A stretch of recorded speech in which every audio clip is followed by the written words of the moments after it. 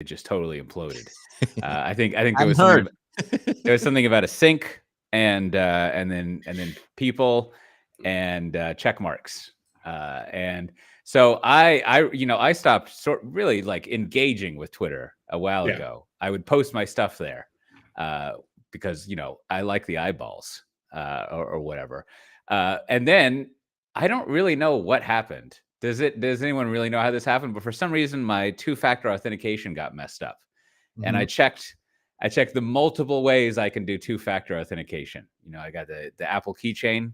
You got the 1Password. I even then there was Authy, which is shutting down, and then it just nothing worked. And then it took me like 3 times of figuring out. This is like a help desk story. It took me like 3 times of emailing or filling out a form to have them help me out. And then because I use domain name forwarding, email forwarding, catch all things from my domain name, I had to send them an email from my fake email, which is really easy to do in Google. You just say, send it from my fake email, and it does it. It is easy. And then finally, they turned off 2FA, and I could log in once they sent me a code to my email. So that was fun. But so I logged back in, and I was like, oh, everyone's still here doing all the tweeting and the writing. Are they all there? There's lots of people, like all the I'm being superlative, hyperbolic. Many of the beloved DevOps people and the tech world people are just sort of hanging out there, writing stuff, talking about being here and there. So I don't know, apparently I it's would panned say out. slightly different take. I think it's pretty fragmented. It feels like there's sort of like there are some people there, some people on your favorite Mastodon server, a little bit in Threads. There's a little bit in obviously the Slacks and Discord. So I don't know, but I guess this goes all the way back to, I don't know, I think it was last year or something when they announced the end of 2FA. And that was where you were supposed to had to go into. I think that's where you got caught in Cote. You're supposed to go into, and you had to one of the strangest things ever in tech. You had to actually remove the 2FA. It's usually the opposite. You have to add the 2FA, but you had to remove it. So that's what you got caught up in there. I think also, I only follow 244 people apparently. So who knows? I don't know. There are people and other things, but there's a lot of people who are still writing stuff there. Well, it's definitely become fragmented, and I don't really. I read a few things like links and stuff in there, but I don't actively go there anymore. And I feel like whenever I do end up there and kind of poke around, it's some people who cross post the same stuff everywhere. So you'll have some folks like Corey Quinn, right? He'll post like software defined talk. Like software defined talk. I mean, but they're humans, and there are. Supreme Court says we're human. Their corporations are who are just going to post the same stuff everywhere, and then I feel like it's a shadow of what it used to be. And yeah, I could see that. I was just expecting it to be a ghost town of tech. Yeah, people, well, but it's not. It's definitely, you can just watch and see the slow decline over time. It's it's not going to get better, and slowly people are just like, this isn't worth my time. And I assume you're probably looking off of your curated list or something where you're not getting exposed to the the randomness of it.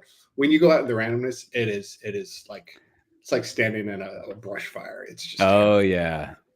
I could see that. And it is only one day that I've been using it. Cote's back. I've always wondered, just because when you're promoting anything, you just want to reach people where they're at. And right. I don't know, though. It's I think we use them all, right? We use Twitter, Mastodon, what is Threads, and it's it doesn't, I don't know. It feels like it's just everything's everywhere. It doesn't, I don't, but I'd someone has solved the problem. Of course, then what you want is a little app that would just post it everywhere. But of course, that's exactly why all these companies spun off, is to not do that. So you're just kind of what do you do? I think maybe Buffer says they're going to add thread support.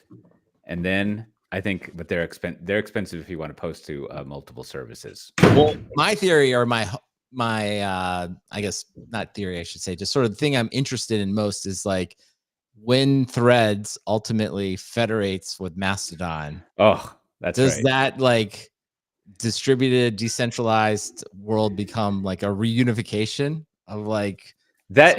Like, is there some kind of stand? It's like, yeah, everyone can kind of do what they want. They have different, all the power of federation, and we can all agree. We can all meet back up, or is Oh, that'd be great. Maybe they could use like the Usenet protocol. Isn't that what Usenet did? You would just download the internet to your machine every night so you could read it. I'm hoping like that. Yeah, they did say Instagram did like there was something about it, not Instagram. Sorry, Threads came out and did say they're going to do it. They said they're going to do it. So I don't know. Time will tell. This is reminding me of like a show format. Maybe one time we should do, which is like maybe annually we should have a show called like the shit people just forgot about. That like you mean like, wait, I thought last week we were like, are we supposed to still be mad about that? Yeah, see, that would be good too. Just like we'll go over open source licensing changes, promises of federation. And just all sorts of things. Yeah. How about like Reddit editors? Oh yeah, I was wondering about that too. I thought they were all mad.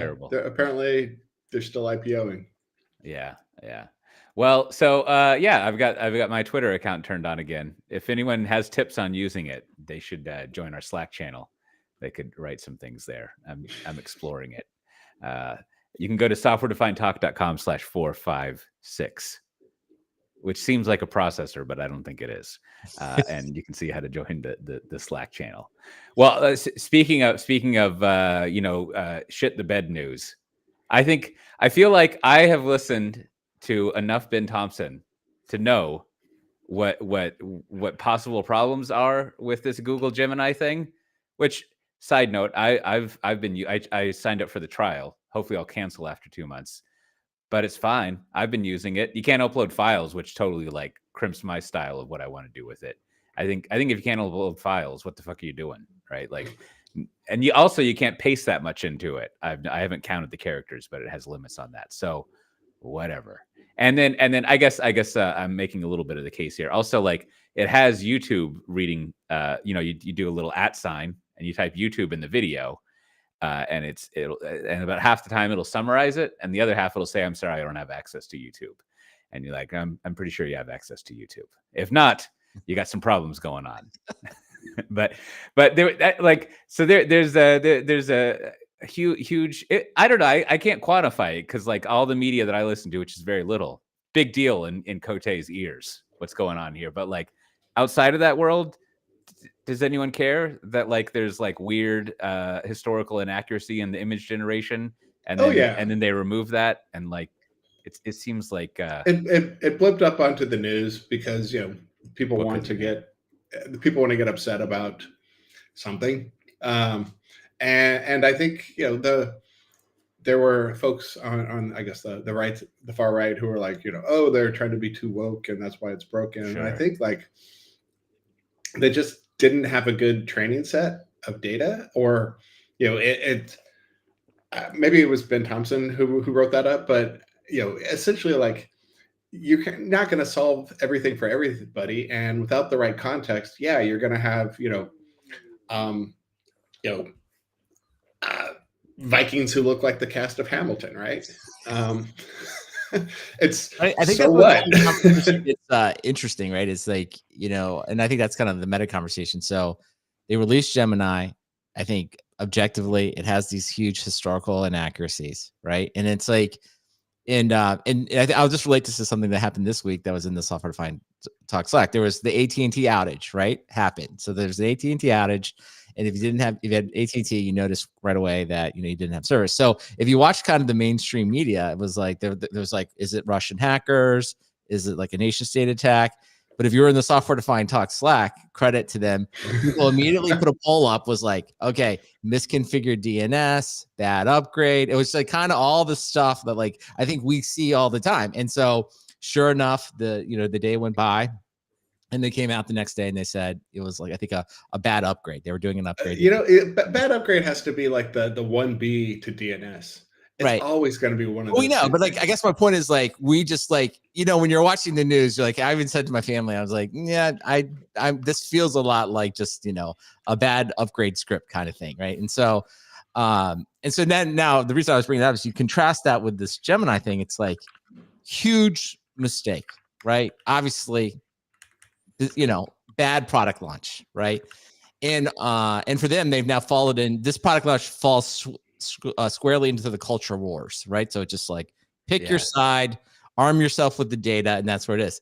But I don't know. I mean, I was listening to like Ben Thompson basically is, you know, basically predicted that they should replace the Google CEO over it, right? They or the Alphabet CEO, and I was like, well, maybe, right? But I also was just like, it felt like, well, it's one of these things where it's like, yeah, this is really bad, but like it felt like they could just fix it too, right? And but is it really that bad? I mean, that just seems. Well, I think that many people care. A lot of the mistakes, like I think Ben Thompson did a pretty good job of like, they're clearly, you know, there were clearly things that had been programmed in a way that were just, you know, all the kind of thing.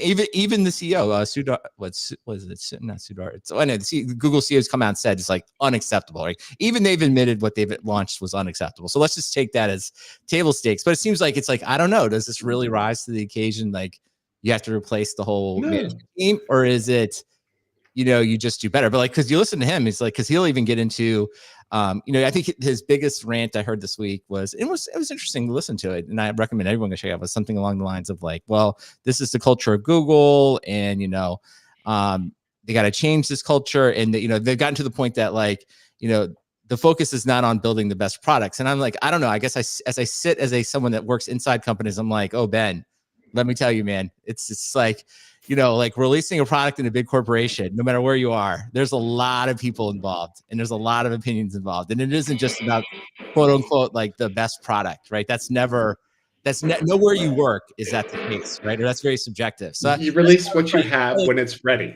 Yeah, I don't know. I just felt like it was a little out of touch. I was like, man, if we could go through so many bad product launches, like, you know, think about Apple Maps. Like they're all bad product launches, right? You pretty much have to wait for like, give it a week because something's going to pop up 90% of the time. That's the part I kind of think is like, there's just like, I mean, every company has like some horrible product launch, right? And so, so it didn't feel that fatalistic to me. So I don't know, Cote, like what is your, are we like being too soft? Is it like, we're just not like, what's your take?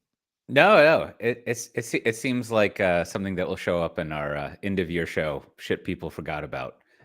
Like it just I don't know.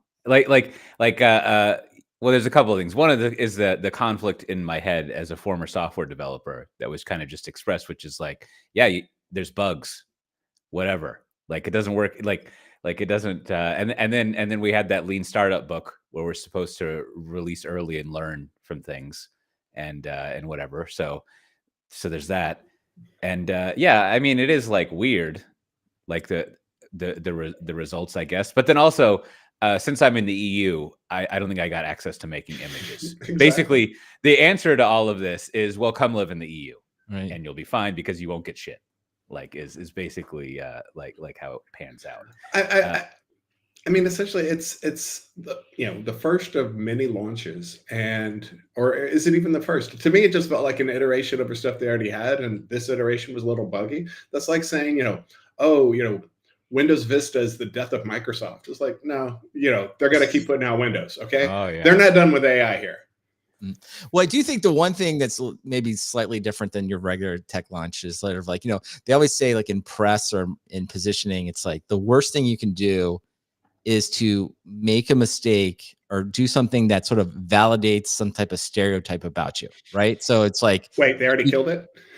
Yeah, so it's like, so it's something along the lines of like, when you do that, it sort of magnifies, and there's like many examples of this, right? Where sort of like someone like I think like Dan Quayle was never, like people didn't think he was really that smart, and then he misspelled potato, and they're like, that lived on forever, right? Like he's an idiot. Yeah. And so I think there is the mistake here where it's sort of like, well, there is this culture war going on, and it continues to like, kind of just continue forever. So they've made the mistake to kind of at least give a lot of ammunition to validate that, like, you are doing that. So therefore it isn't just going to be like a bad upgrade, right? It's going to at least live on for a little bit longer, but it does feel like something that, I don't know, they can come out and they've already started it, right? They're, the CEO said, we did everything wrong. It's awful.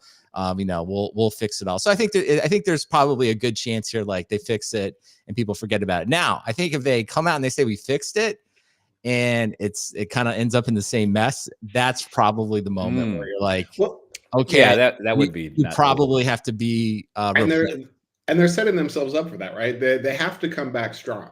They have to come back with something that is pretty bulletproof, because if not, it's going to be like people like me who are like, I thought it was already out and I just didn't care. And they have to re-engage and be like, no, bigger and better than ever, right? Our Vikings are 98% more Nordic, right? They have to get your attention back, because a lot of people have kind of just written them off. Yeah, I think I need to do the case of if it can just summarize every YouTube video. Like, I think that would be pretty like. I don't think anybody can keep up with YouTube though, right?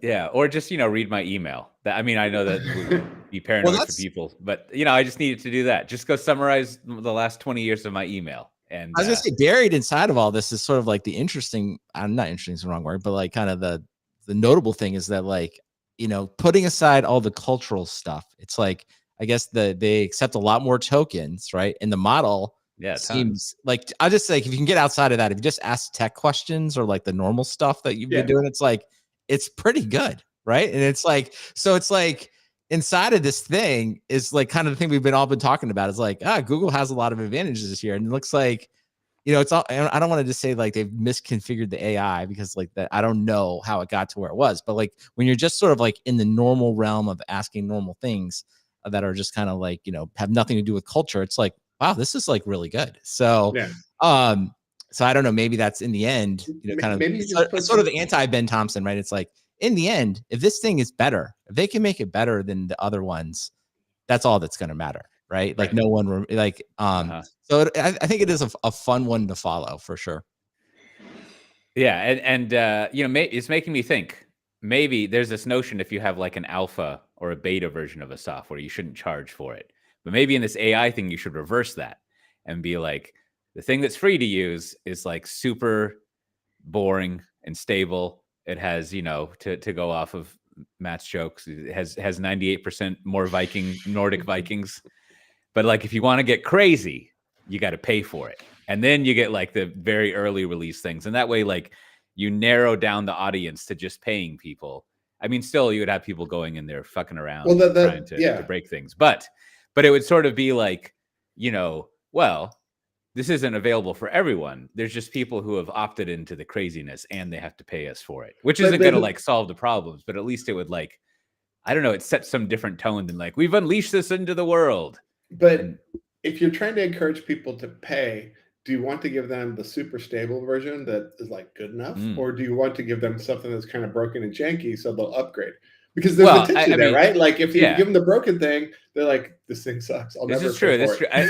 But you would get both, just like with ChatGPT and Gemini and the other ones, right? Like when you pay for it, you get the free one and the pay one, and you can swap between them.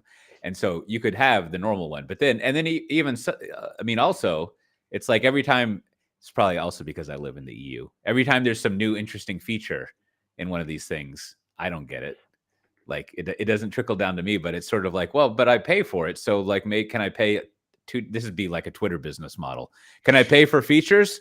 Can I pay for like €2 more and like get whatever the memory poking hole thing is that it has, like all these various things.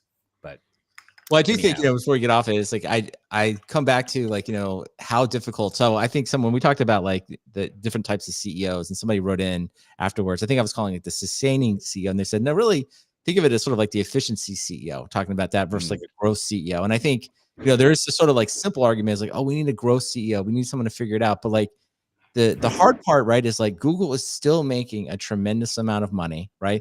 People criticize them for like not getting involved in AI faster. I think we've said that kind of stuff on this show. So, here they are, they're trying to do it, right? They did rally everyone together. They got something out, but they made some huge mistakes, and now people are really pouncing on them. And it's just like, it just shows the dilemma of like, yeah, you have all the money and you have this huge success, but like, every mistake you make is so magnified. Versus like, ChatGPT, like over the weekend, they can like, everyone's fired, come back Monday, psych, we're all back. Like, it just doesn't matter, right? Like everyone's like, oh, the ChatGPT kids, whatever, they're just being crazy, and everyone just rolls on, right? So So it is. I mean, anyone that says it's like easy at this level is kind of missing the point. And the same thing too, like I said, when that, you know, I like Ben Thompson, I like listening to his stuff, but anytime he said like, well, the focus is not the product, it's like, well, whoa, you've been an analyst for way too long. You need to come back inside a large company and understand, like, when you're launching something, I mean, it's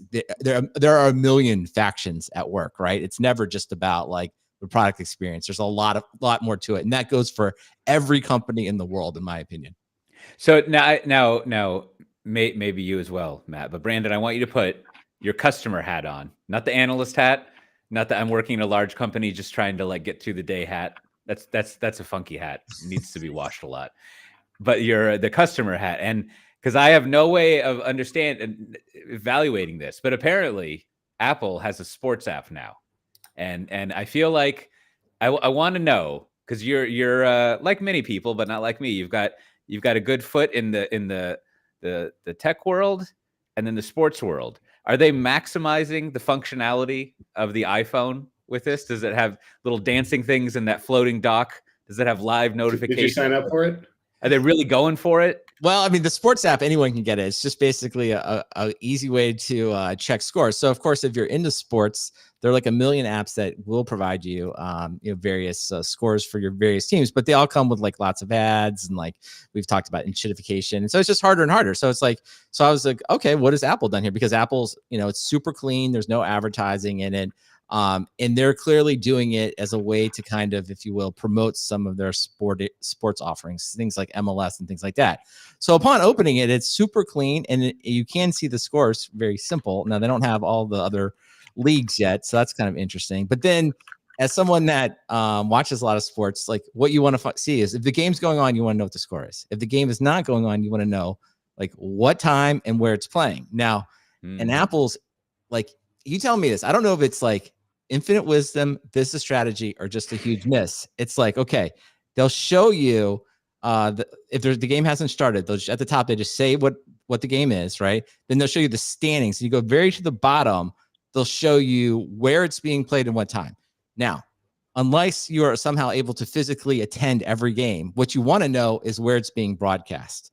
They do not show you that. They wait until the game is then has started, right? And then they're like, oh, click on the Apple TV app, right? Which is fine, right? Of course, most of the stuff is not actually able to be televised over, a streaming service, right? On Apple, yeah. You have to then go to many times your cable vendor of choice. So many of the people who've come to streaming, like myself, YouTube TV is the best for like streaming, at least all this stuff. But of course, YouTube TV is not integrated with Apple TV. So it's like they're like, oh, it's just not available. There's not a anywhere, right? You're like, no, it's on YouTube. I just have to go to that app, and that's where the game is. So to me, it's just like, what is the point of this? Like, you don't why are you pretending you have all the sports? Like, why don't you just get me used to going to your app, telling me where the game is, right? And eventually, if you get all the rights, they'll do that. They'll do that, right? I mean, like the ESPN, they're like, the game's at 3:00, and you're like, where is it? And they're like, well, if it's not on ESPN or ABC, they won't tell you where it is. And I'm like, come on. Yeah, to be fair, ESPN will show CBS, but then this is back to like, where do you go? You go back to Yahoo Sports, which has a bunch of ads, but it always tells you like the betting lines, the odds, the time, what networks. They don't care, right? They just want you to have all the information. So, but it's just like, it's just kind of back to this whole thing, right? And I guess Eddie Q is the Apple person. He's a huge sports fan, but I'm just like, who is this for? Like, what are you doing here? It's like, I can't come to this app and find out the information I need. Like, where is the game actually on if you're not going to watch it? And so I always just think to myself, like, did they even have this debate? This is to your point, Coach. I'm like, does anyone in Apple, I know Eddie Q is like famous for like watching a lot of sports. So there are sports fans there, but I'm like, did anyone not bring this up? Right. This to me is back to like, on the micro scale, we just talked about like, the perilous of the whole Google, right? Second guessing them. But I'm didn't someone just look down who's a football fan and be like, you got to list like where it is. You got to actually show where it is. And we don't have, and someone say like, you remember we didn't get the NFL ticket. We didn't pay for it. So we should just tell people it's on YouTube TV because that's the only place they can go. Otherwise, we're just going to pretend. We're just going to pretend that it's not available. So I don't know. It's just so strange to me with some of these things that it's making me to to pull the fallacy of like thinking that, you know, a bad Gemini release is indicative of the downfall of Google because their entire culture is fucked, and so the company's going to like implode. To apply that faulty reasoning in this case, like it is it is like the idea that you couldn't just like go screen scrape Yahoo or figure out what YouTube link to go to is a little ridiculous, right? No, they have all the information. It isn't like exactly. They had to choose to be like, we're just going to send them to the Apple TV app, right? And so it's sort of like there's a mentality of like I guess like a walled garden goes both ways, right? Like, oh yeah, it's hard to like, maybe it's just in the culture there to not think like, yeah, we should just link to it. Now, in contrast, it doesn't do it great, but like Apple TV is oddly not like that. I think that I don't know if you experienced this, Matt Ray, but I think I get screwed up a lot by it because I have a US account, but then I'm geographically somewhere. So like it usually knows where to stream something, but then I'll go to it and it's like, oh, you must be traveling. Sorry, you can't see. Yeah, I mean, I don't have an Apple TV, but I have a Roku with the same problem, right? Yeah, I'll go to the Roku search and be like, you know, show me where I can watch, you know, whatever movie, and it's like that movie doesn't exist, and then I'll go, you know, over to Amazon Prime and, you know, rent it, and it's just like, why, what, or the search will show something, and it'll link straight to it, which is kind of cool. But then you'll get there and be like, you know, this is US only, and you can't access it because I had this weird mix of like Australian and US services. So weird about the thing, you know, like the obvious apps, YouTube TV, Netflix, they have not opted into the Apple TV. Oh no, experience, right? So or Roku. Or and so the point, it's like, but they like Apple knows that too. It's like, but like the sport, it just, I mean, sports is just critical because it is time sensitive. Like Netflix, eventually you'll get there, right? And it'll be there for you. But it's like, that's what I just don't understand. It's like, well, you didn't pay for the rights for these things, right? But you're giving me an app because you know I'm a sports fan. But you're not going to tell me, you're not going to make it, you know, easy. Like, because you don't have to even say YouTube, just say being broadcast like NBC, or CBS. So just tell me something, right? And I'll be like, oh, I know where that station is. And it's just like, so to me, it's just kind of back to like, you know, back to this thing I did is product first, right? This back to Ben, you know, kind of our Ben Thompson like discussion. It's like, oh, well, I guess Apple doesn't, you know, they're not thinking about the product, or they would say this is part of the business strategy. But to me, it's just a huge mess. And I think, you know, to kind of flip it around a little bit, another way to look at this is Apple Music is testing a feature that would let you import playlists from Spotify, which is like, yeah, like that feels like we needed that 6 years ago. I don't even know how long this has been out, because like since day one, there's all these great Spotify playlists. Apple knows that. We all know that. I like Apple Music because it's just easy, but it would be so great. And when someone sent me a Spotify list, they're like, I could just like click and just hear it all in Apple Music. So it's like, why, like to me, this is like seemingly like the most obvious feature like you would want, right? And it's like, I don't know, they're just now testing it. So I don't know, Matt, am I missing something? Like why can we not, why is the Spotify playlist import not a lot higher, right? This is like after you did export to CSV, you would do import Spotify playlist, I think. Well, this reminds me back when I worked in partner engineering, right? It was, we were not the favorite of engineering. You know, we did all the weird integrations with other stuff, but you know, who we were the favorite of is customers and sales. And so it's the same. It's exactly the same thing. It's like, you know, somewhere in Apple Music engineering, there's somebody who's like, you know what, I've got this. You know, I'm working on the latest fancy widget inside the UI, and like the user's never going to even find it, right? They're going to be like, whatever. And you know, and there's some engineer who's like working, you know, death sprints for 6 months or something, and then there's somebody else who's like, hey, check this out. I figured out how to pull out a Spotify link. You know, we could throw this up on a blog post. And that guy is like the hero to tons.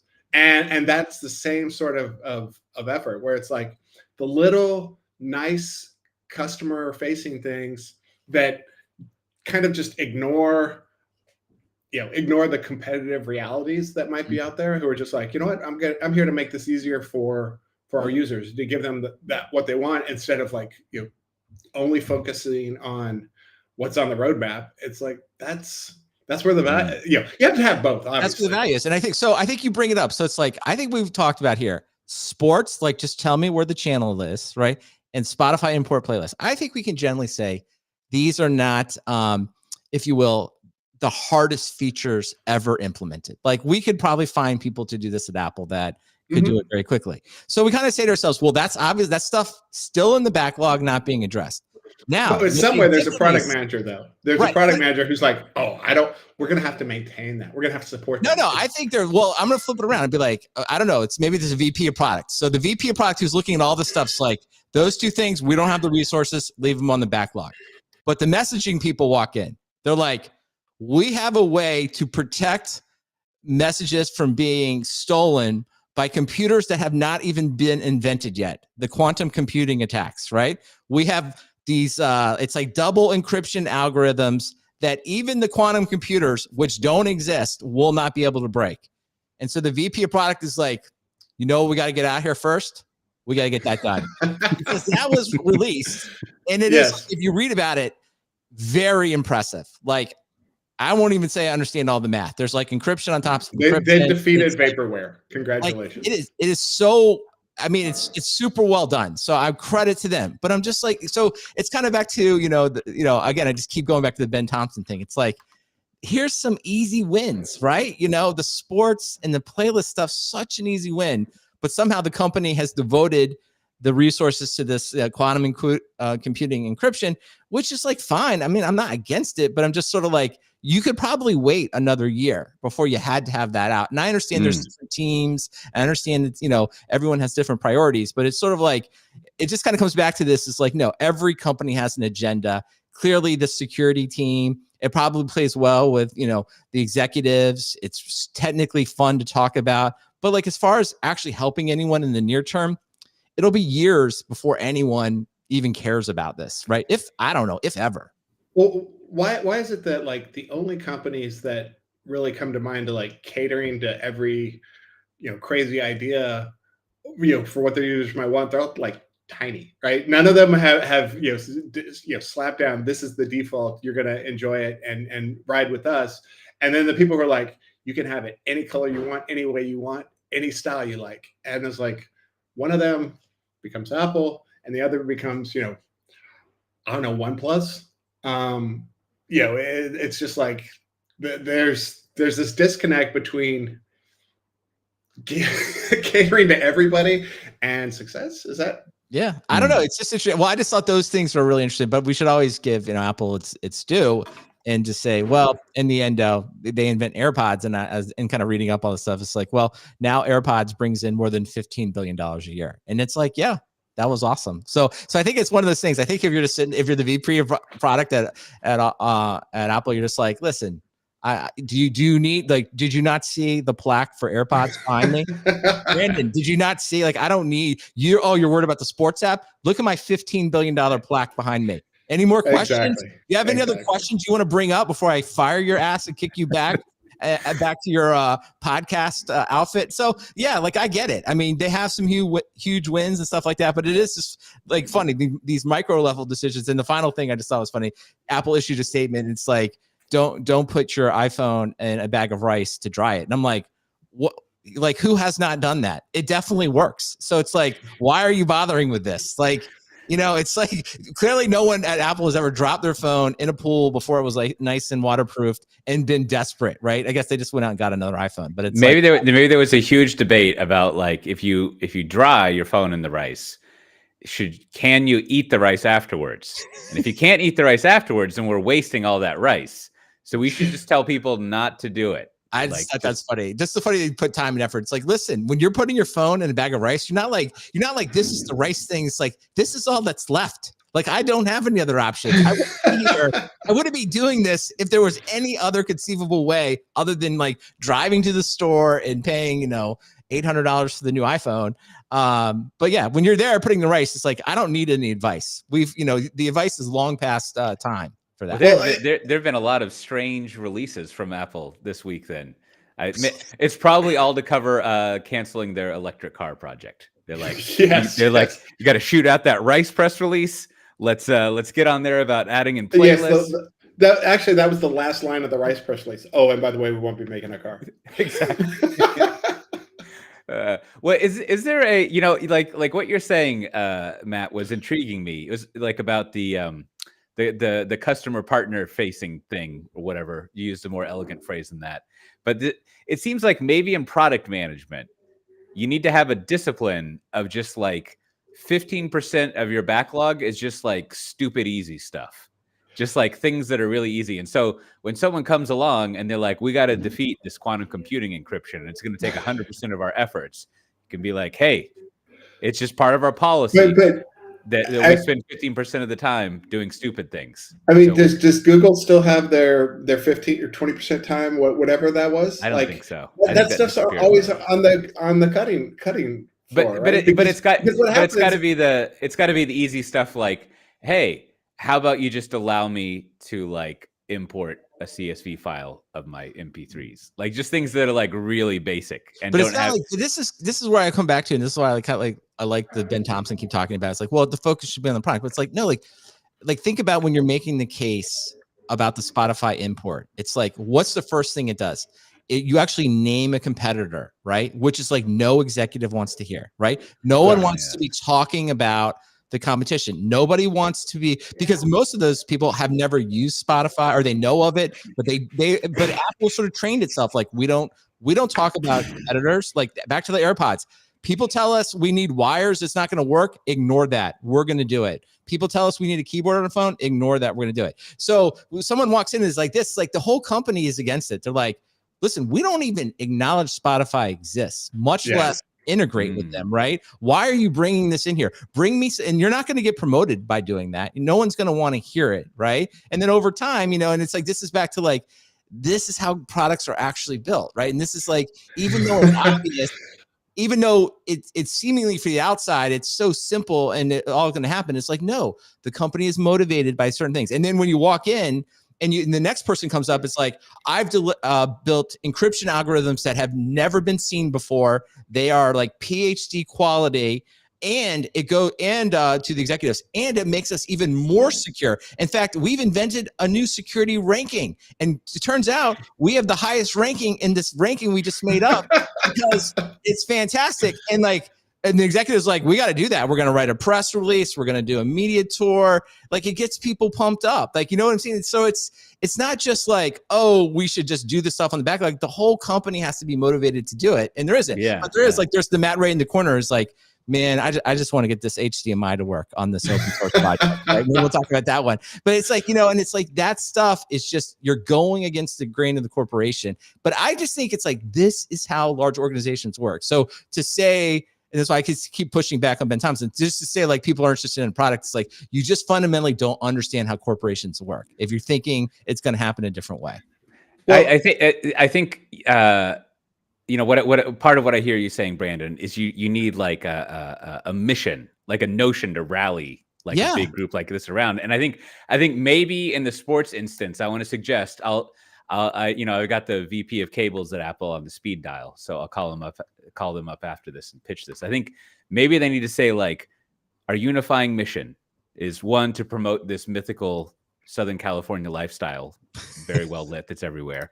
But right. Two, we don't think anyone should ever have to go to Yahoo Sports again. So anytime someone has to go to Yahoo Sports or any Yahoo property, we failed at making humanity better. And so maybe something like that will motivate them. And I love it. I'm gonna recommend you for the keynote for the Apple Sports kickoff product launch. And I think you would be there could be no better person to you just come in. It's like, I'm an outsider here, but we're gonna kill Yahoo Sports. That's what we're gonna do. Yeah, it's gonna happen, right? I don't even like sports, and I know this shouldn't be happening. Right. And then you just go in and you mix those sports metaphors, and then you mic drop and walk out. I think there'd be nothing better for you to do than that. I mean, I think the problem, the real problem is interoperability is for underdogs, right? Like nobody wants to, and to be fair, in the sports world, Apple is the underdog, but they don't want to think of themselves that way. They don't want to acknowledge the fact that they don't own all the content. Just all the other products, they don't want to acknowledge like, oh, we're playing catch up to that competitor, so we should make sure we work with them, or can take what I think that's the huge missed opportunity. Like if maybe the product manager for Apple Sports, when he goes in front of Eddie Q and Tom and Tim Cook, right? He says, listen, you know what? We don't have all the rights yet for everything, but one day we will. But you know what we're going to do?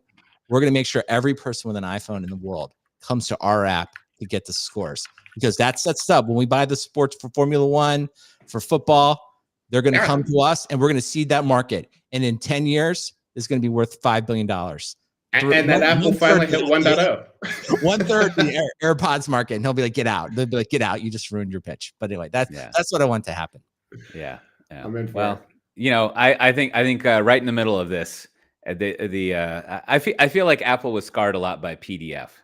Like something really like got into the culture that made them not like to have a dependency on other people and like not have full control over something. And I don't know what happened between Adobe and Apple maybe like 10 years ago, but I think they're finally like, hey, let's stop all this. Everything's fine. And then you got maybe the application I use, I wouldn't say the most, but one of the applications I use the most every day is like Preview. It's a great app. It's fantastic. Like whatever team is working on that, they're doing a good job. A+. They're helping out humanity. GDP is going way up because of Preview.app. Or at least sustaining itself. Well, speaking of things that are sustaining itself, do we have any bureaucracy this episode, Brandon? We don't, other than just to say, if you would like a sticker, send your postal address to stickers@softwaredefinedtalk.com, and I will be happy to send you a sticker anywhere in the world. Well, that was brief.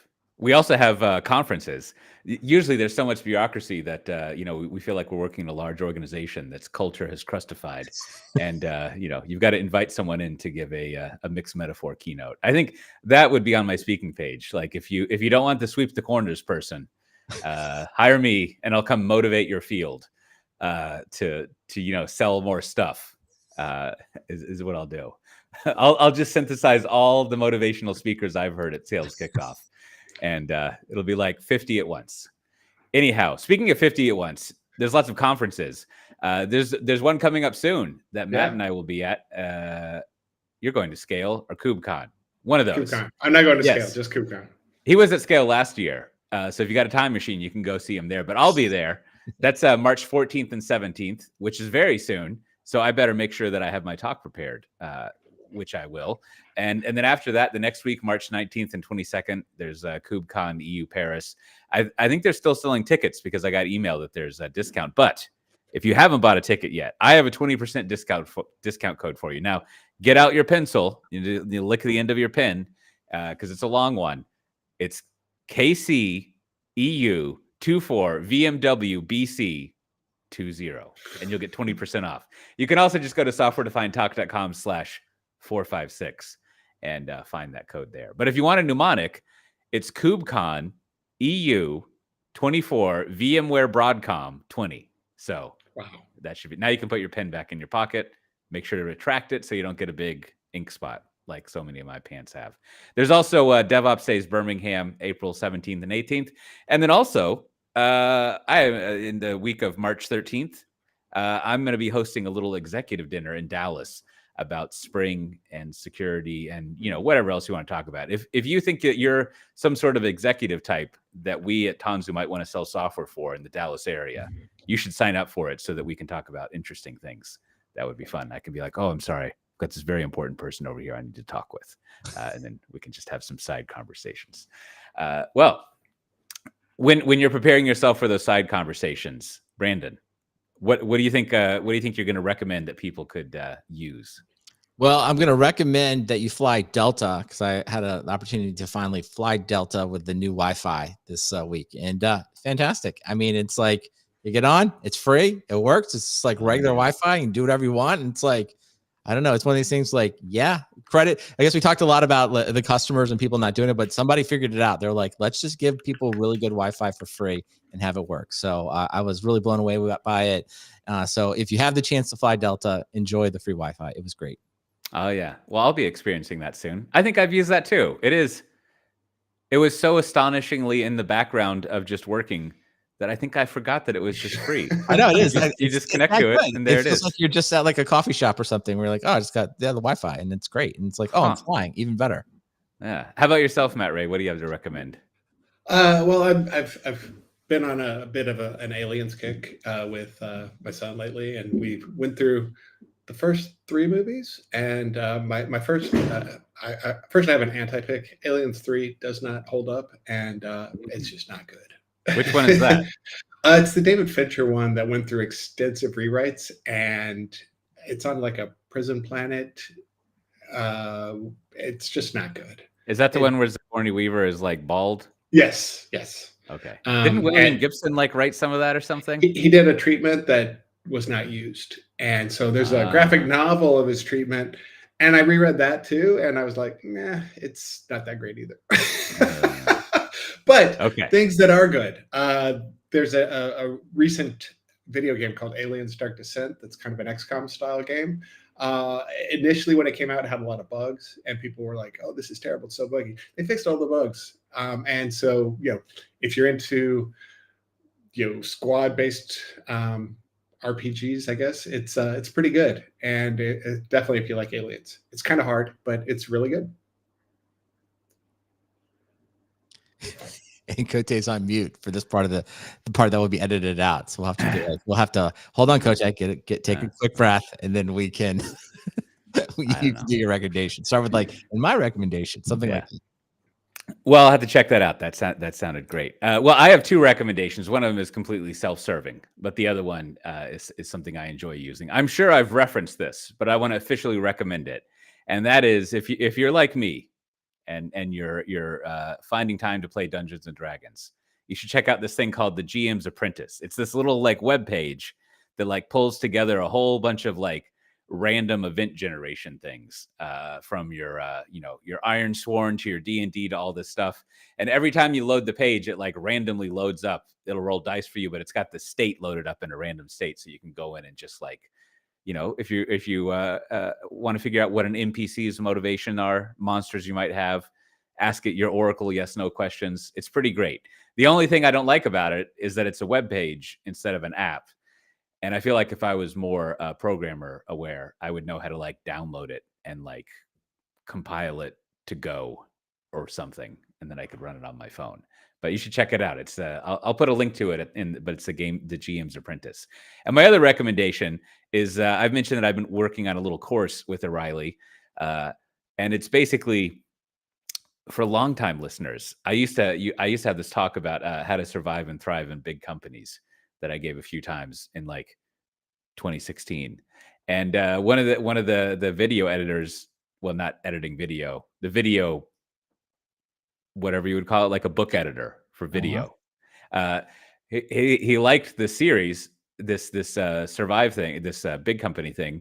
So he hired me to make videos of it. So I have a little 10-part series about my updated opinions about how to survive and thrive in a big company. Now, of course, the longest section, which I think is maybe 10 minutes, is about presentations and how to do presentations. But there's other ones about like I don't know, just a mentality of how you think about how long you work versus how much you get paid. Thinking about mentors and champions, and then also like how to avoid getting asked to do more work than you should. All sorts of little tricks like that I've learned over the years. But chances are, if you work at a large tech company, they already pay for you to have an O'Reilly account.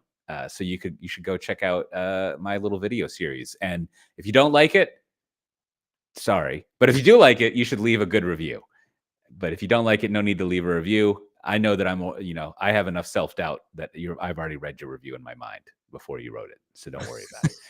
But I'll put a link to it in the show notes. But also, if you just go to cote.io/bigco, BIGCO, there's a link to it there.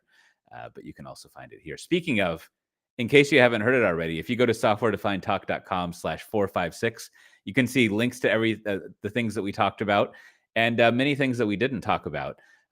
And the recommendations. You can read about Delta's Wi-Fi, but until you're on a plane, you can't actually try it out. So if you're on a plane now, maybe try it out if it's a Delta one, and definitely go check out those videos that I had. It'd be fun to see what people think of them, because it is kind of weird. And with that, we'll see everyone next time. Bye-bye. All right, good job, Cote. Maybe we should make that little after show homework. It's like, for any listener that's actually listening on a Delta flight, email us, at questions@softwaredefinedtalk.com or get in the Slack and give us a review. Like, how was the podcast while you were listening to the Wi-Fi? Was it good? Maybe they could tell us, like, in fact, we can tell them if you go up on, take a picture of the in-flight route map on, that they have going on the. Oh yeah, that's proof. And take a picture of where you are, which part of the world you're over as you're cruising the altitude. That'd be fun. Oh yeah, that would be nice. So. Yeah, we should put that in there. All right, well, continue. Well, what about also maybe give us a quick what's the meta process for creating these these videos? You have to like come up with your own little script and then just record it. Yeah. Well, okay. I'll tell you what I did. Well, usually when I work on stuff like this, I usually like already have the content, which I think, to put it in a stupidly obvious way, it saves a lot of time when you're making content if you already have the content. But more importantly, it's like it kind of already sets the, like, you don't have a lot of back and forth about what you're going to do and the structure and things like that. So I more or less had like a list of what these things were based on my previous talk. But then getting more directly to your question, I like took some notes, and to be all not arrogant, but like cocksure about it. Like, I've been doing this stuff long enough that basically I just turn the camera on and start talking. And then the magic of that is you just edit the parts that are bad, that are not good. Yeah. But I think, I've done enough video and podcasts and stuff. And then the other part that I think that makes it efficient is because I also edit it. And this, and people who do podcasts, like, if you actually edit the content that you're creating, it makes you create the content in a way that's a lot easier to edit. Yeah. Right? Being the same person. Yeah. Mm-hmm. Yeah. And so, like, even though I may not have a script or whatever, like, I know, like, I can listen to myself while I'm just giving my little 4 to 8 minute lecture. And then if I mess something up, I know how to like redo it so it's really quick to edit. Like, I don't whatever. And then also my secret trick nowadays is I use the script for everything, which is like, if you're making some sort of video or something and you're not otherwise set in your ways of doing things, like, Descript is just fantastic. It makes everything so much better. Bonus recommendation right there, Descript. I like it. Yeah, and in fact, the thing that took the longest is they wanted me to put like, some slides in with the O'Reilly template, and that just that took a while. There's nothing better than making slides, especially for stuff that's already been done. So and the reason it took a long time is because, like, so you can imagine it gets a little silly at some point, but again, like, it's like a 3 or 4 minute video, and then they asked me to put in slides for like each section in there. So there'll be like a 4 minute video with like, and they're just like section word slides. Oh, okay. All right. So, you got to make each of those, and then you got to download it, and then you got to go put it in there. Yeah. And you got to make sure it's done correctly, and you got to decide, like, how long does it stay on, and then go off. Like, it's that should all be work for the AI editor. They should just do it. Just like, here's the slides, figure out, put it in the right place. So yeah. Oh, and then the one last thing is because I keep saying it's a course, because they also wanted me to write quiz questions. So that I should have mentioned this, but this is being a treat. I think you mentioned it last time. You wrote the questions. Yeah, you got to write the questions. But what that means is that if you successfully can answer my questions, you get a certificate.